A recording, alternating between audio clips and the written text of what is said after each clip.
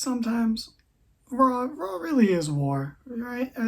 Can we talk about it? It is war sometimes. It is a war getting through Monday Night Raw, like Monday Night work, man. Raw is work.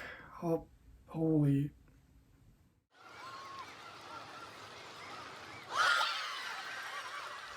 Good afternoon, good evening, good night, Quill. My name is Dennis Reynolds, and this is a Market Down production. This is Guy fast forwards through Raw because. Do I need to explain? On this episode of the Grapple Chapel, we opened with Roman Reigns. He's a SmackDown guy. He's the double champ and all that, but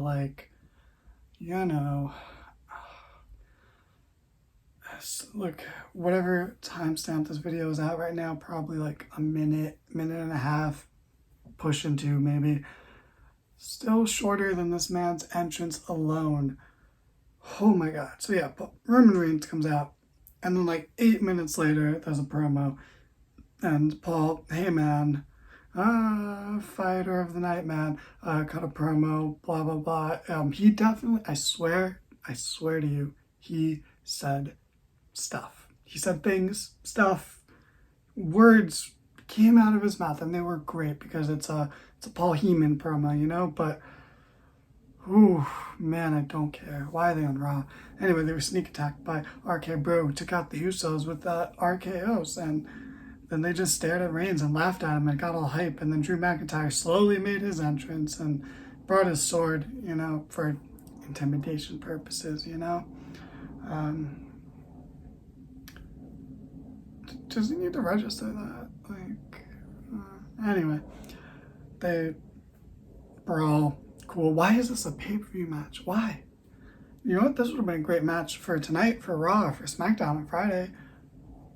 Why is it? I get you don't want to do the Drew Roman match yet, but then, you know, don't do this match. Just have Roman beat Nakamura, like you kind of hinted at the night after, or the SmackDown after Mania. I don't know. Am I crazy? Maybe, but I don't care. Why is this a pay-per-view match?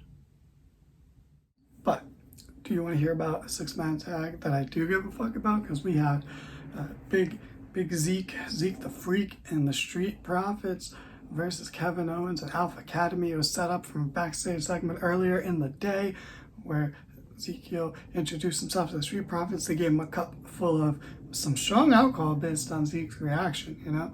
And Kevin Owens and the KO Academy, no, the Umbrella Academy, no, Dual Academy, the Alpha Academy came in, and they were all like, hey, you're a liar, you're not Ezekiel. And then, you know, Chad Gable, leader of the Academy, was like, hey, you can fake lie detector tests. I found out you faked it, you're a liar. And they had a six-man tag, and the heels actually won. Oh my god, I did not see that coming. I really didn't actually. I just assumed the faces would win. But look at that. Ezekiel does, you know what? He takes after his brother, at least to some degree, because he was pinned here. Still amazing. So we're gonna get a match between Priest and Alan Styles Jr. And if AJ won, then Priest would be banned from ringside at WrestleMania Backlash. And AJ got a promo backstage. Cool. Edge got a promo in the ring, and oh boy, did he have to work so hard to get this fucking heat. Like, I keep saying it, but like, why is he just doing local hometown heats? Like, I don't get it. It doesn't fit the character. But yeah, that's fine. It's whatever. They had the match. AJ won via roll up.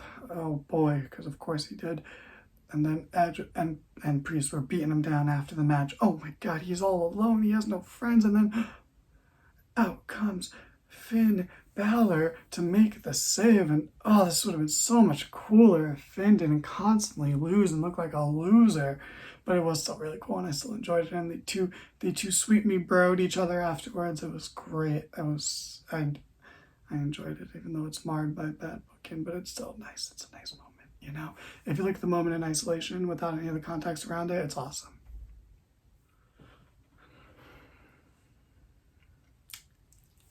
And speaking of awesome, The Miz came out and he was having Miz TV, but he was in his wrestling gear. Why would you?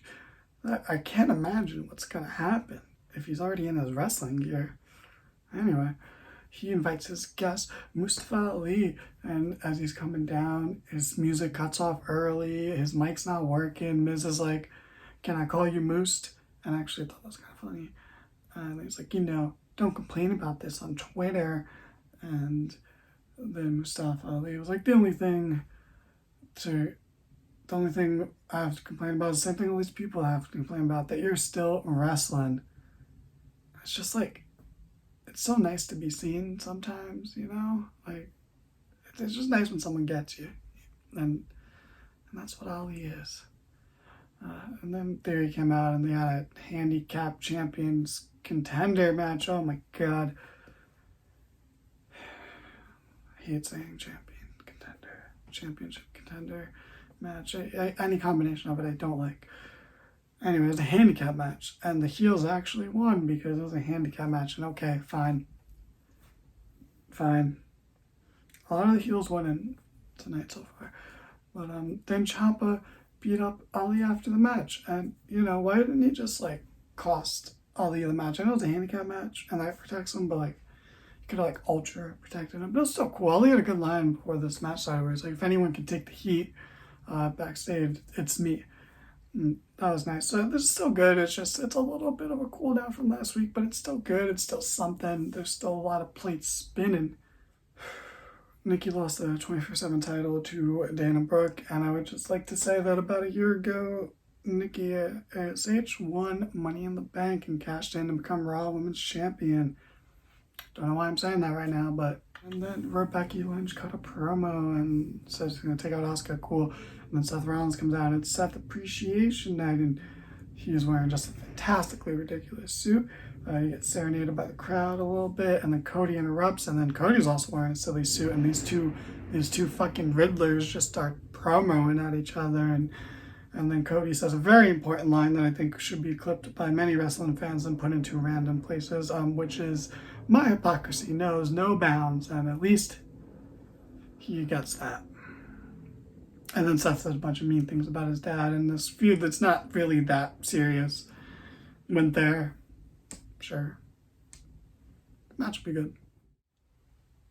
I can't tell if Bobby's entrance is mildly cool or incredibly stupid. GI style.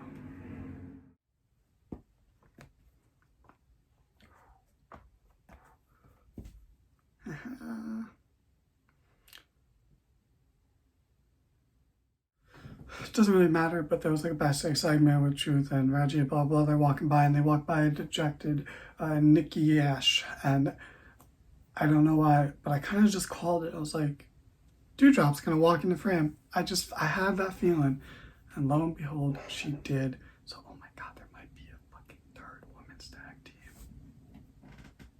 So then for our main event, we had a 6-woman tag. It was Becky Lynch, Rhea Ripley, Sonya Deville, what a team, versus Bianca Belair, Asuka, and Liv Morgan, also a team.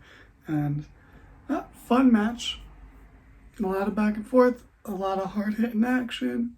Great stuff here. Very fun. Everyone got chances to shine. A lot of, it's one of those fun matches where it's just a tag match between a few different feuds, and so you get them all in one match. It's fun. It's good. We take those, and they main evented. That's pretty cool. Like apropos of nothing, because it was just this is the match putting on the main event.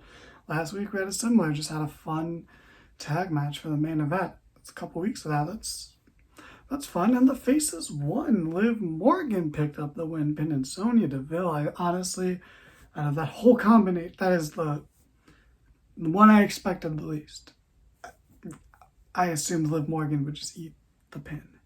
Or maybe even Bianca would get pinned by Sonya, you know, so Sonya has some momentum. I don't know. It's all good though. It's fun. Fun match. Good ending. Raw's alright. Yeah, it was good. It was a decent show. Not maybe not as good as the past 2 weeks, but still fun, good action. You know. Okay. I'll give it an okay out of 3. Anyway, brush your teeth, go to bed. I don't care what time it is. I'll be honest with you. I'm not as funny as Danny.